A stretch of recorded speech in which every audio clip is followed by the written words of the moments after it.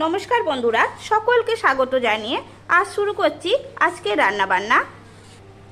দেখুন বন্ধুরা, পলতা শাক দিয়ে কচু আলু পুঁই শাক দিয়ে ঘন্ট হবে আর মাছের ঝাল হবে। কড়াইতে সরিষার তেল গরম হয়ে গেল, পলতা শাক দিয়ে দিলাম, ভালো করে ভেজে নেব। পরিমাণ মতো লবণ দিলাম,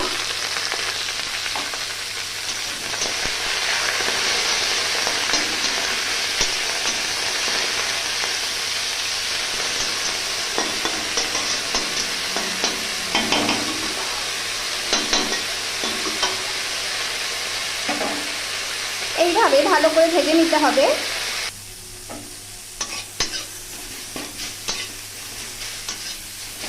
দেখুন বন্ধুরা, বেশ ভালো করে ভাজা ভাজা হয়ে গেছে।